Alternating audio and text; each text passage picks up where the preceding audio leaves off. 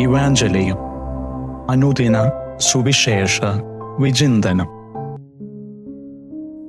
സുവിശേഷ ഭാഗം മത്തായി സുവിശേഷം 9-10 അധ്യായങ്ങളിലെ വചനഭാഗങ്ങൾ.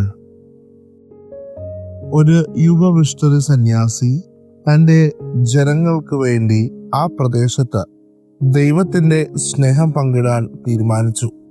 അവൻ അവർക്കായി സൗജന്യമായ വിദ്യാഭ്യാസവും ആരോഗ്യ സേവനങ്ങളും നൽകി. ജനം അദ്ദേഹത്തിന്റെ ജീവിതം അനുഗ്രഹമായി കണക്കാക്കി. ഇത് സൗജന്യമായി നിങ്ങൾക്ക് ലഭിച്ചിരിക്കുന്നു, അത് സൗജന്യമായി തന്നെ തിരികെ കൊടുക്കുക. ഈ വചനം ഇന്നും ആ ജനങ്ങളുടെ ഇടയിൽ നിലനിൽക്കുന്നു. പ്രിയമുള്ളവരെ, സുവിശേഷ ഭാഗം ഈ മേൽപ്പറഞ്ഞ കഥയോട് വളരെ സാമ്യമുണ്ട്. വചനത്തിലൂടെ കടന്നു പോകുമ്പോൾ വചനം ചില നല്ല ധ്യാനചിന്തകൾ നമ്മളോട് പങ്കുവെക്കുന്നുണ്ട്. അതിൽ ഒന്നാമത്, ദൈവത്തിന്റെ ദൗത്യം എല്ലായിടത്തും പടരണം. യേശു എല്ലാ ഗ്രാമങ്ങളിലും പട്ടണങ്ങളിലും ചെന്ന് ഉപദേശിക്കുകയും സൗഖ്യമാക്കുകയും ചെയ്തു. ഈ സാക്ഷ്യം നമ്മെ ഓർമ്മിപ്പിക്കുന്നത് ദൈവത്തിന്റെ ദൗത്യം നമ്മുടെയോ മനസ്സിന്റെയോ ഒരിടത്തടത്തിൽ ഒതുങ്ങി നിൽക്കരുത്, മറിച്ച് നമ്മുടെ ജീവിതത്തിലൂടെയും പ്രവർത്തനങ്ങളിലൂടെയും ക്രിസ്തുവിന്റെ സ്നേഹത്തെ എല്ലായിടത്തും പങ്കുവെക്കണം. രണ്ടാമത്, പ്രാർത്ഥനയുടെയും പ്രവർത്തനത്തിന്റെയും ശരിയായ സമവാക്യം.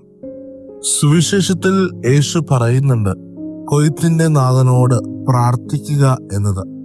ഇത് നമ്മളെ ഓർമ്മപ്പെടുത്തുന്നത് പ്രാർത്ഥനയോടെ ദൈവത്തിന്റെ അടുത്തു നിന്ന് അവിടുന്ന് ശക്തിയും ദിശയും സ്വീകരിച്ച് പ്രാർത്ഥനയുടെ ഫലമായി നമ്മളെല്ലാവരും പ്രവർത്തനത്തിൽ ഏർപ്പെടണം. വിശ്വാസം വെറും വചനങ്ങളിലല്ല, മറിച്ച് പ്രവർത്തനങ്ങളിൽ പ്രകടമാക്കണം എന്ന് ഇത് നമ്മളെ ഓർമ്മപ്പെടുത്തുന്നു. രണ്ടാമതായി, ദൗത്യത്തിലേക്കുള്ള വിളി. എല്ലാം വിട്ടുപേക്ഷിച്ച് ദൈവത്തിന്റെ പ്രിയ മക്കളായി നിലകൊള്ളുവിൻ. യേശു തന്റെ ശിഷ്യന്മാരെ ദൗത്യത്തിനായി നിയോഗിച്ചപ്പോൾ അവർക്ക് വ്യക്തിപരമായ ദിശ നൽകി. ഇതിന്റെ പ്രകാരം ദൗത്യത്തിന്റെ വലിയൊരു ഘടകമാണ് ആത്മാർത്ഥതയും ഏകാഗ്രതയും. നാം ചെയ്യുന്ന എല്ലാ പ്രവർത്തനങ്ങളിലും ദൈവത്തിന്റെ ദൗത്യം പ്രധാനമാണ്.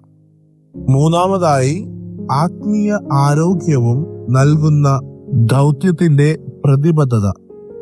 യേശു തന്റെ ശിഷ്യന്മാരെ മാത്രമല്ല, ഇന്ന് നമ്മെയും ദൗത്യത്തിനായി വിളിക്കുന്നു. നമ്മുടെ ദൗത്യം ആത്മീയമായ രോഗങ്ങൾക്കും ദുരിതങ്ങൾക്കും ആശ്വാസം നൽകുക എന്നതാണ്. നാം എങ്ങനെ കുടുംബത്തിലും സമൂഹത്തിലും ഈ ദൗത്യത്തിന് സാക്ഷ്യം വഹിക്കാം എന്ന് ചിന്തിക്കുക. അങ്ങനെയെങ്കിൽ ചില ആത്മീയ ചോദ്യങ്ങൾ നമ്മളോട് തന്നെ ചോദിക്കാം. നമ്മുടെ ജീവിതത്തിലെ സ്നേഹത്തിന്റെയും സേവനത്തിന്റെയും പരിധി എവിടെയാണ്? ദൈവം നമ്മെ ഏത് രീതിയിൽ ദൗത്യത്തിലേക്ക് വിളിക്കുന്നു? എങ്ങനെ നമുക്ക് അതിന് മറുപടി നൽകാം? അങ്ങനെയെങ്കിൽ പ്രിയമുള്ള ദൈവജനമേ, ഈ വചനഭാഗം നമ്മളെ ഓർമ്മപ്പെടുത്തുന്നത് ദൈവത്തിന്റെ ദൗത്യം ഓരോരുത്തരുടെയും പങ്കാളിത്തം ആവശ്യപ്പെടുന്നു. നമ്മുടെ ജീവിതത്തിലെ എല്ലാ പ്രവർത്തനങ്ങളിലും ക്രിസ്തുവിന്റെ സ്നേഹത്തിന്റെ പ്രതിഫലമായി മാറ്റി ദൈവരാജ്യത്തിന്റെ നിലനിൽപ്പിനായി ഉപയോഗിക്കുക.